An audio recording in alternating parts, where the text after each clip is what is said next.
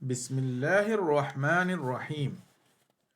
Futuh Al Ghaib, The Revelations of the Unseen by Muhiyeddeen Qadir Al Gilani Qaddasallahu sirrahul Azeez. The 65th discourse.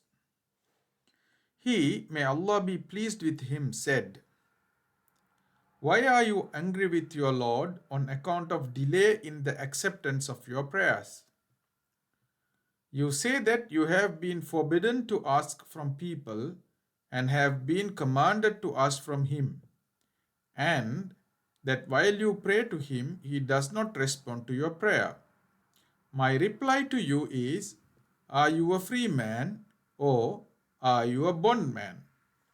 So, if you are a free man, you are an unbeliever.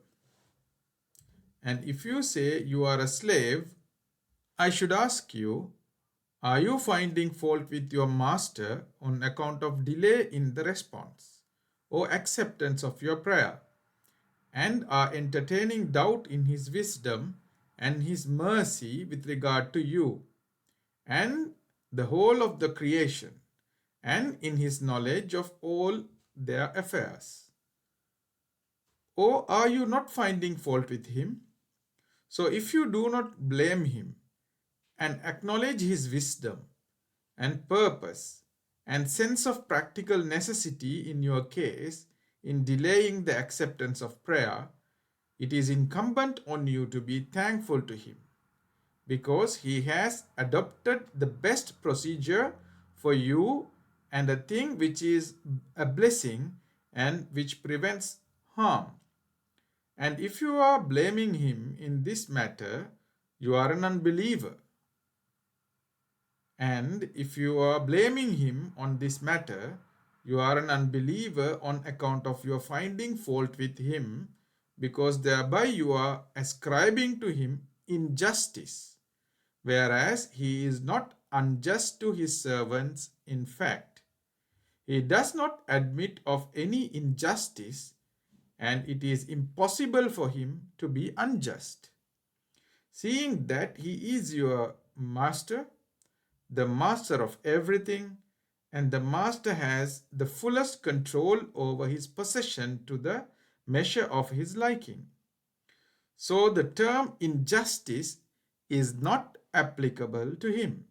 So the term injustice is not applicable to him, because forsooth an unjust person is he who interferes in the possession of another person without the latter's permission. So do not give way to resentment against him in his action manifesting itself through you, even if it goes against your liking and against the desires of yourself, and even though outwardly it may be injurious to you. So it is incumbent on you that you should adopt thankfulness and patience and concord and pleasure with him, and should renounce resentment and accusation and the attitude of disobedience of your mind and its desires. That will lead you astray from the path of Allah. And it is also incumbent on you to persist in prayers and in the sincerity of solicitation and in entertaining good action about your Lord, and in entertaining good notion about your Lord, and in waiting for better times, in having faith in his promise, and in exhibiting modesty in your attitude towards him, and in showing accord with his commandment, and in guarding his unity, and in your quickness in carrying out his orders, and in keeping away from indulging in things he has prohibited, and in assuming the position of a dead man at the time of the manifestation of his degree with regard to you, and of his act in respect of you. And if it is unavoidable that you should blame and be lacking the confidence at all cost, then you blame your own self. And if it is unavoidable that you should blame and be lacking in confidence at all cost, then to blame your own self, which by its very nature commands evil and disobedience to the Lord, the mighty, the glorious. It is better than the other course, and you are ascribing injustice to this self of yours is more proper than you are ascribing it to your Lord. So beware of being in accord with your own self, and of being friendly with it, and of being pleased with its action and its word in all conditions. Because it is the enemy of Allah and your enemy, is a friend of the enemy of Allah and of your enemy, that is the accursed devil. It is the vicegerent of the devil, and it is spy and is sincerely devoted to him.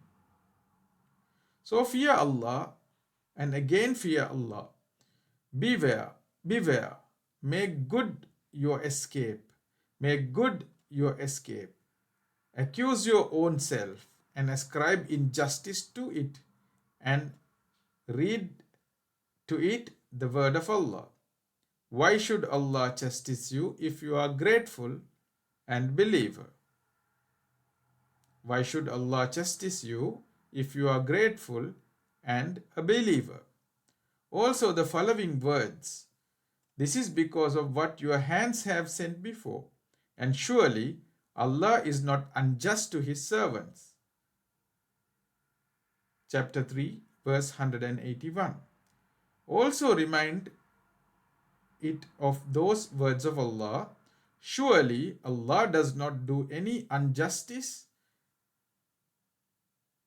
to the people, but the people are unjust to their own selves. Surely Allah does not do any injustice to people, but the people are unjust to their own selves. Chapter 10, verse 44. Read in yourself these words and other verses of the Quran to this effect, and also the sayings of the Holy Prophet sallallahu alaihi wasallam: be at war with your own self for the sake of Allah. Be at war with your own self for the sake of Allah, and be inimical to it on his behalf, and fight with it and try to kill it, and be a commander of his forces and army, because yourself is the greatest enemy. Because yourself is the greatest enemy amongst the enemies of Allah. Allah has said, O Dawood, discard your desire, because there is no one who disputes with me in my possession excepting the desire of man.